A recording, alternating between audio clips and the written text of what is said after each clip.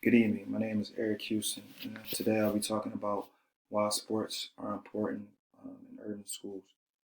Just want to touch on a few things as far as the importance of sports in the urban community and how one it probably can bring a community together, have an individual fulfill a dream, and just overall just the success of in academics and how sports help achieve higher standards within the classroom. In my introduction, just talk about how athletes, student athletes, uh, helps them develop self-discipline, teamwork, and self-confidence within themselves and within the team and the program that they're playing for. Within an urban community, most students rely on sports as an outlet. Just coming from an environment where some things can be tough for them, just having that outlet of sports releases a lot of stress and a lot of anxiety and just tension, and just having them going out there free and not thinking about anything definitely helps them overcome any odds that they face within around their elements. Pros with sports in the urban schools. A few slides that I'll be pinpointing talking about is fitness and health, improvements in academics, teamwork and cooperation, and leadership skills. With fitness and health, one thing that I find very important, not just in urban schools, but any school in general, you have to be physically fit and healthy to be able to perform on on any playing field. You want to make sure that when you're taking care of your body by eating the proper foods, resting, and stretching is very key. Like I said, running, just overall cardio and conditioning, and weight training and dieting are some things that, as far as the physical, the fitness and the health part is concerned, you want to make sure that you take care of your body in a way where you can be able to perform on a high level. Improvements in academics. This is something that's very key um, within the urban schools. You'll find that most students that play sports in the urban community or urban schools have a high rate of graduating on time, um, less likely to drop out, and achieving higher standards because playing sports within school, you have to have a certain GPA or a certain standard to be able to perform and keep it going. And, if you're not doing what you have to do in the classroom, you're going to make yourself academically eligible, and by doing that, it hinders you moving forward as far as you performing out there in the field or on the court. As you can see right here, I talked about, I found a slide where it talks about the average grade points between athletes and non-athletes, and you can see by the numbers here, being an athlete is very, very important because you can see that they have something to go for, something to reach for, with a common goal as far as the team is concerned, and also just as an individual reaching the standard as far as success within the classroom. Leadership skills. This is very important. Having leadership skills, sometimes, you want to, I always say to my team, lead by example, by action, not by words. But in most cases, sometimes, you have to speak to be able to be a leader, but actions definitely speak louder than words. So a few things that I talked about is lead by example. If you want to be the first one in the court, going out there performing, or anything that you want to do, you want to make sure you lead by example by putting the extra work in. Just a couple of things that I see also is passion, enthusiasm, ability, and communication. These are a lot of great things that I've seen within the urban community, urban schools that a lot of these kids have that they lean on as far as to help the development for themselves and also with their team.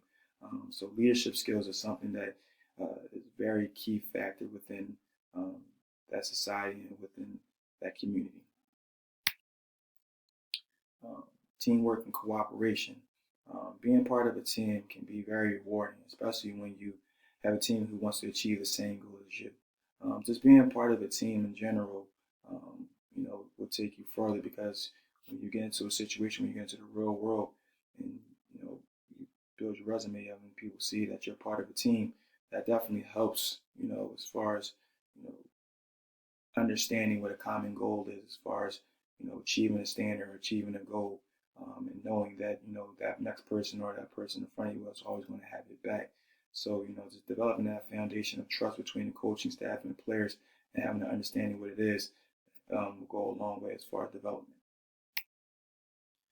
A couple of points that I talk about is common goal. We want everybody as a team want to have a common goal. Respect for each other.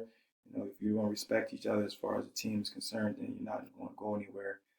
Time management and accountability are definitely some strong key components that will go a long way within your program or your team, especially in an urban community, because a lot of these kids don't see these things as far as being outside of their element. But when they're part of a team within themselves, they definitely take these things in very consideration because they all have a common goal of achieving something.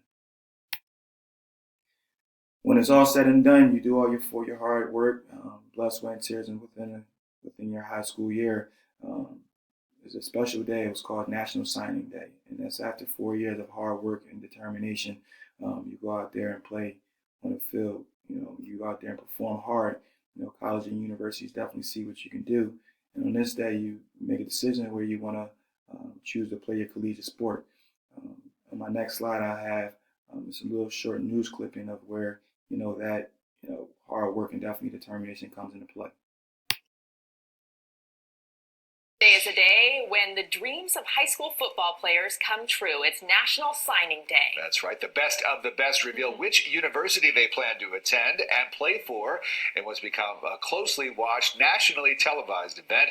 CBS Sports' Mike Cunio has where some of South Florida's best players are going. The University of Alabama. The stars were out for signing day. The 5 stars, that is. Patrick Surtain Jr. and Tyson Campbell out of American Heritage Plantation are bound for the SEC. For the Surtains, football is a family business with new lessons on and off the field. I told them this is the first big business decision you're going to make. Call the coaches and be respectful and tell them that you decided to go with somebody else. This is the first time I make a man decision, and this is one of the biggest goals of my life. Across the nation, it was finally time to select a school, don a new hat, and put pen to paper. Decisions that tested some of the area's toughest football players. I was just thinking about, all the hard work I did, in practice. Everybody being there for me.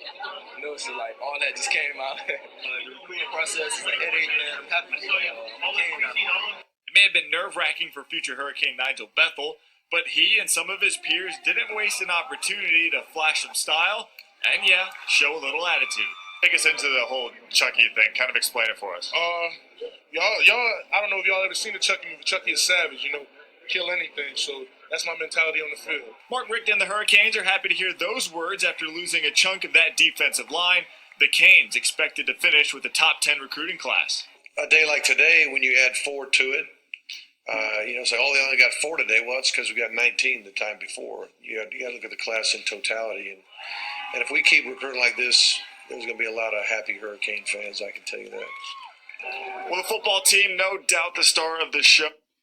And that's a great moment to have, especially, just coming from an urban community in Miami, probably, where it's definitely, poverty driven. But just having an opportunity to be able to sign and go to a school for the hard work that you performed out there in the field and also in the classroom can definitely go a long way. So that slide right there was definitely something that I wanted to show that with hard work and determination can help pave a way for you, for these student athletes coming from the urban community. So with that being said, being from Philadelphia and, and coming from that environment, I looked on their website and grabbed what their standards are as far as, sports within the school district of Philadelphia.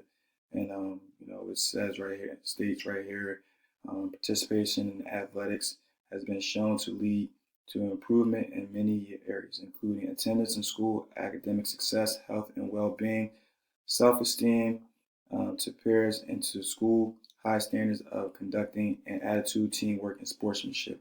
And that's says a lot about the city of Philadelphia and what they're trying to do to help sports to make that path for these student athletes to be successful. So, it's a great thing to have, and to knowing that, the city the city supports sports, and understanding how great sports is within the community can help develop moving forward.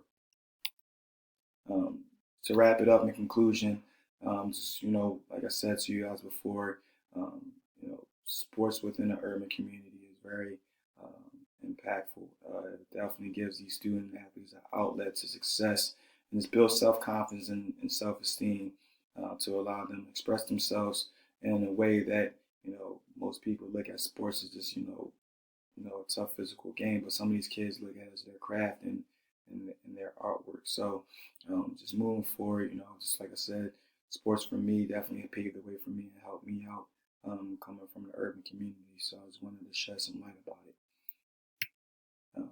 And my references state where I got everything from. So I hope you guys enjoyed this. Thank you very much, and go Birds.